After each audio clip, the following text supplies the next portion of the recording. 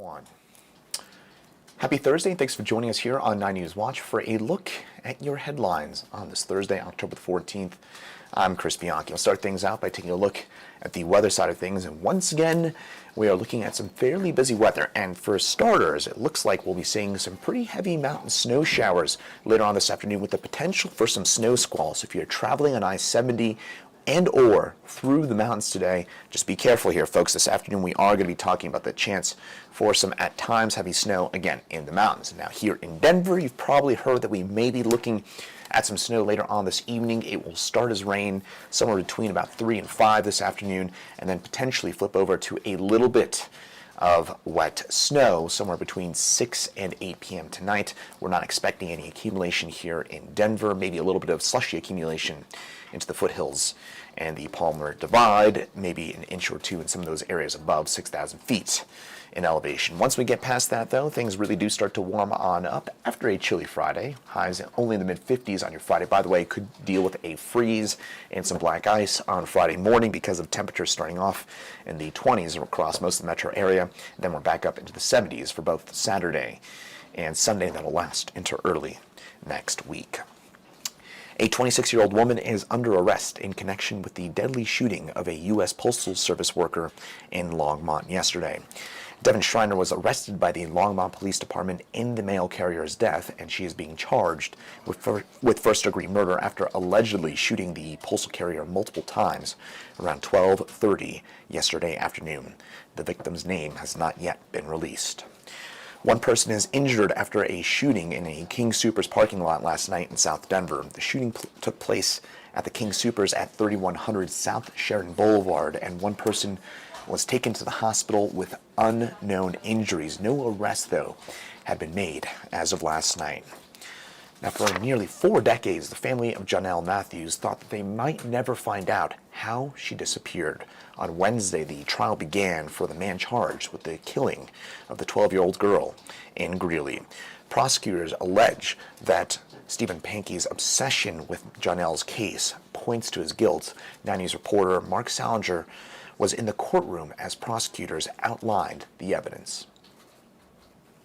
Prosecutors say there is no DNA evidence that links Pankey with the crime, but District Attorney Michael Rourke told jurors that by the end of the trial, they'll see that all the circumstantial evidence points to Pankey being guilty. The search for justice for Janelle begins today. Janelle's mother, father, and sister testified Wednesday about her and the day she went missing. She was dropped off at home by a friend's dad on December 20th, 1984, after a choir concert. Her father, Jim, remembers calling her name when he got home, but Janelle never responded. I said, "Hi, Janelle," because I saw the quartz heater on. I saw her pantyhose and her shoes where it looks like she probably just landed and came in.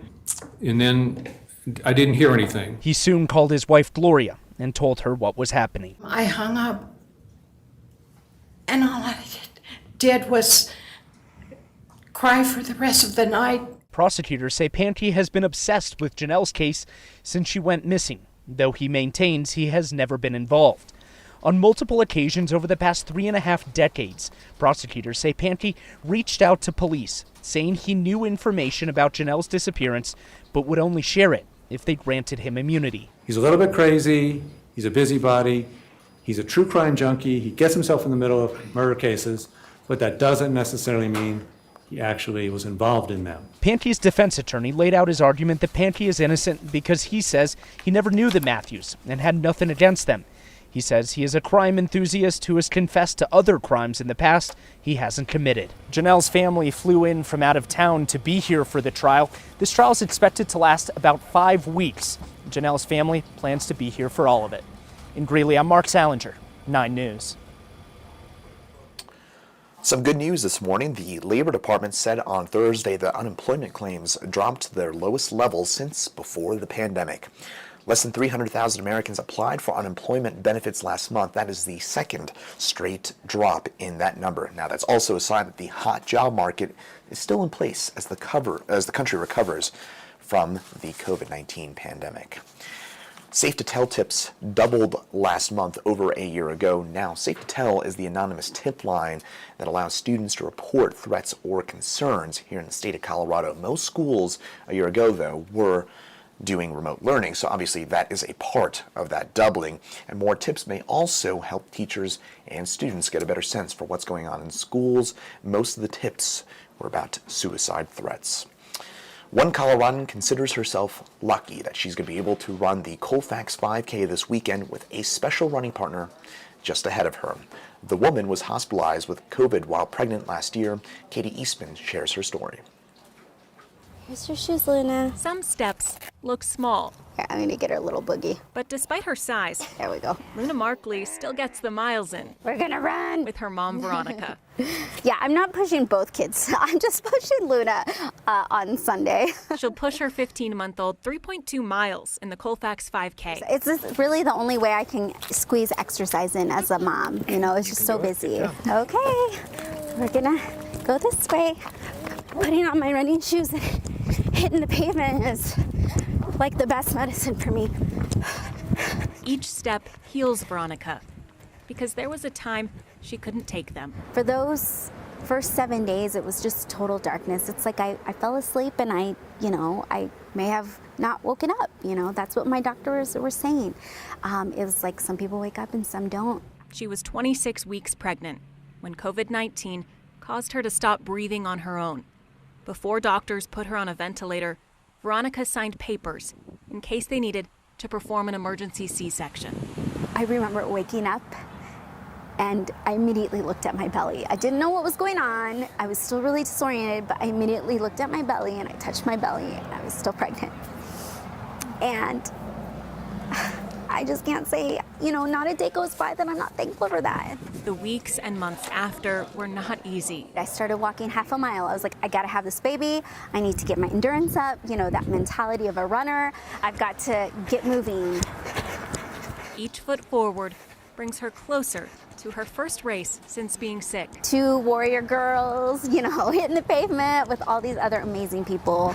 Veronica has run half marathons, 10-milers, and 5Ks before. But this race, That was good. it will be her biggest step yet. You ready? Okay. Come on, guys. United Airlines announced a new international destination from DIA. Now, United is going to launch nonstop flights from Denver to Munich, Germany, starting next spring. Now, this comes on top of direct service to Frankfurt, Germany, and London, England. Both of those flights starting back up earlier on this year after the COVID-19 pandemic.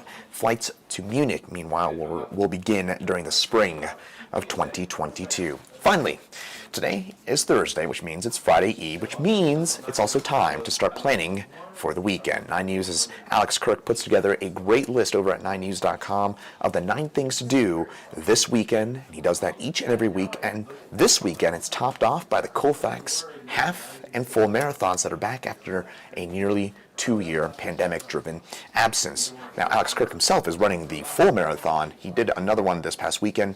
He's kind of crazy. I'm doing only the half this weekend, and that, after saying what Alex is doing, that makes me feel a little worse about myself. All right, that'll do it for your top headlines here on 9 News Watch on this Thursday morning. Have a great rest of your day, and we'll see you right back here tomorrow.